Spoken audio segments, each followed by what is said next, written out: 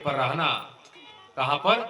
जहां एसी लगाया है। तो कहां जाकर रहेगा? कहते नहीं, हमारा एसी नाली में ही लगा हुआ है। वह कृष्ण कन्हैया लाल की। क्या कहता सुगर? हमारा नाली में ही एसी पंखा डल्लब लगा है। हम वहीं रहने वाले, वहीं के। उसी तरह हम इंसान भी हैं। मां के गर्भ रूपी नरक से हम 9 महीना रह करके गंदगी में, विष्ठा में तैर कर रह करके बाहर आए और आकर के पुनः वही 84 का चक्कर वाला हम सब कर्म कर रहे हैं। कबीरदास जी कहते हैं, झीनी रे झीनी चदरिया, झीनी रे झीनी। जो तुम्हारा जो मानव का तन परमात्मा ने दिया है तुमको, इसको ऐसा व्यर्थ ना गवाओ। क्यों परमात्मा ने दिया? वो परमात्मा जो अक्षरार्थ, जो अखंड अविनाशी श्रीराज जी हैं, उन्होंने अपने आत्माओं से कहा तुम संसार में न जाओ, वही परम धाम में रहो, वहां जग भूल जाओगे। वहां झूठा गुरु, झूठा शिष्य, झूठा माता, झूठा पिता, सब झूठा का व्यापार है। वहां जाकर भूल जाओगे। प्रभु वो कैसा लीला होती है जहां पर मैं भूल जाऊंगी। वहां पर झूठा रिश्ता होता है। कृपा कर एक बार वो लीला दिखा दो तो बहुत बड़ी कृपा होती है आपकी। तो श्रीराज जी के कहने पर सखिया जब बात नहीं मानती हैं, तब राज जी ने कहा जाओ, तुम जब संसार में जाओगे, 84 लाख योनि जब भटकोगे, जब नाना प्रकार दुख से जब निमग्न हो जाओगे, जब लगोगे सराबोर होने, तब मेरी सच्चे दूल्हा, सच्चे स्वामी की याद आएगी। और वाणी कहते प्राणनाथ जी, ओ सुख अपने कहाँ गए जो खेल होत दिन रात। वो हमारा सुख कहाँ चला गया? जो हम आत्माएं अखंड परम धाम में अखंड सुख लेने वाली आकर के विषय वासना के चक्कर में फंस क्यों गई? क्या कहते हो? सुख अपने कहाँ गए जो खेल होत दिन रात। हक के साथ हम सब सखियां हंस हंस करती बात। इसके साथ अखंड अविनाशी परमात्मा के साथ हम मीठी मीठी बातें करते हैं। वो सुख हमारा कहाँ गया? वो कब सूरत, कब सुख देंगे? वही सुख को देने के श्रीराज जी ने हमको मानव का तन प्रदान किया। 84 लाख योनियों में सबसे श्रेष्ठ, सबसे होशियार, सबसे बुद्धिजीवी कौन है? मानव।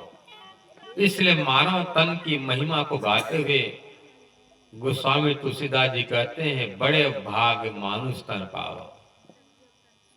उनको तो कहना चाहिए बड़े भाग कुत्ता, हाथी, बिल्ली, सुअर तन पावा। पर क्या कहते हैं? इन 84 लाख योनियों श्रेष्ठ कौन सा है? मानव का तन। मानव तन को प्राप्त करने के लिए कौन कौन लालचते हैं, तपस्या करते हैं?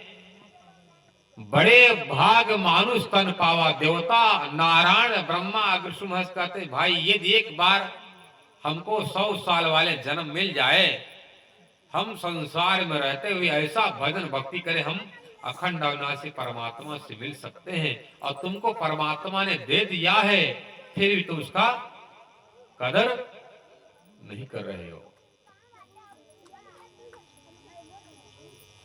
जब चली जाएगी उम्र, चली जा रही उम्र धीरे धीरे, बचपन भी जाए, जवानी भी जाए, होगा बुढ़ापे का असर धीरे धीरे। बचपना में गुड़िया गुड्डा खेल में मौज मस्ती बीत गया। जवानी में औरत के चक्कर में, सुख के चक्कर में जाकर पैसा कमाने, उसका भरा पोसा गहना बिक्खों के लिए चले गए परदेश कमाने। अब जब बुढ़ापा आया, जब बहू आ गए घर में, क्या कर आपका एक पति नहीं, मेरा आपका पुत्र नहीं है, मेरा पति है। बच्चे का तो मेरे पापा हैं। जब बच्चे पैदा कि मां तुम्हारा नहीं, का मेरा अधिकार है। इसलिए बंटवारा लगेगा होने। इसलिए क्या कहते हैं, उसको प्राप्त करने के लिए बड़े बड़े देवता तरसते हैं। सुर दुर्लभ, सुर मतलब होता देवताओं को, ये मानव तन दुर्लभ है। और मानव तन मिला, और वो मानव तन किसमें मिला? 28वां कलयुग में। इसके 27वां कलयुग जितने रहने वाले प्राणी जीव थे वो सब भाग्यशाली नहीं थे। प्यारे सुंदर साथ जी, भाग्यशाली सबसे बड़े हैं कौन है? 28वां कलयुग में रहने वाले मानव हम सब श्रेष्ठ हैं, उन सब देवताओं से, उन सब मनुष्यों से। क्या कहते? सुर दुर्लभ। देवता कहते रहे तुमको जो मिला इसको व्यर्थ में ना गवाओ, हमको तो मिलने वाला दुर्लभ है मानव तन, तुमको परमात्मा ने दिया, इसको सही रास्ता पर चल करके अपना जीवन का नैया पार कर सकते हो। क्या कहते हैं प्यारे सुंदर साथ जी?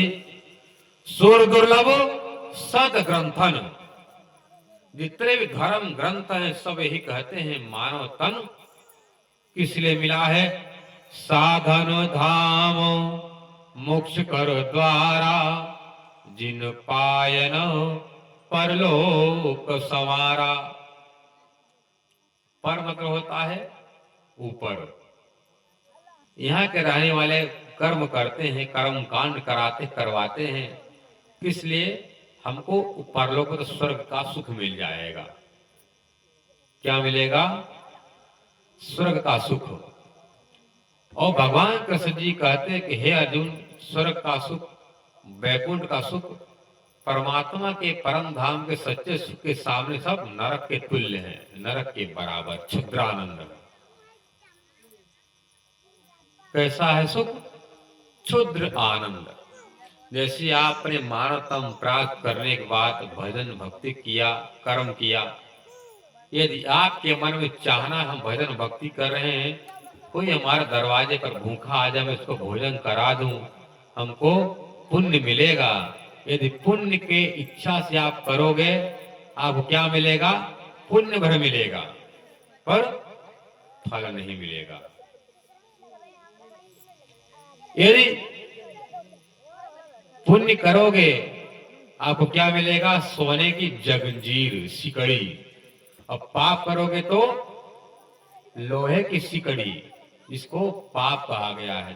पर क्या दोनों है? सकड़ी ही, जंजीर, हथकड़ी ही। अच्छा करोगे तब पर हथकड़ी लगोगे, और बुरा करोगे तब पर भी हथकड़ी लगेगी। पर दोनों की हथकड़ी क्या है? एक सोने की सकड़ी है, सोना 70-80 हजार रुपया है, और सकड़ी लोहे वाली 10 रुपये, 15 रुपये, 100 रुपये मिल जाती है। पर क्या कहते हैं? आया है सो जाएगा, राजा रंग को फकीर। आया है तो सबको जाना पड़ेगा।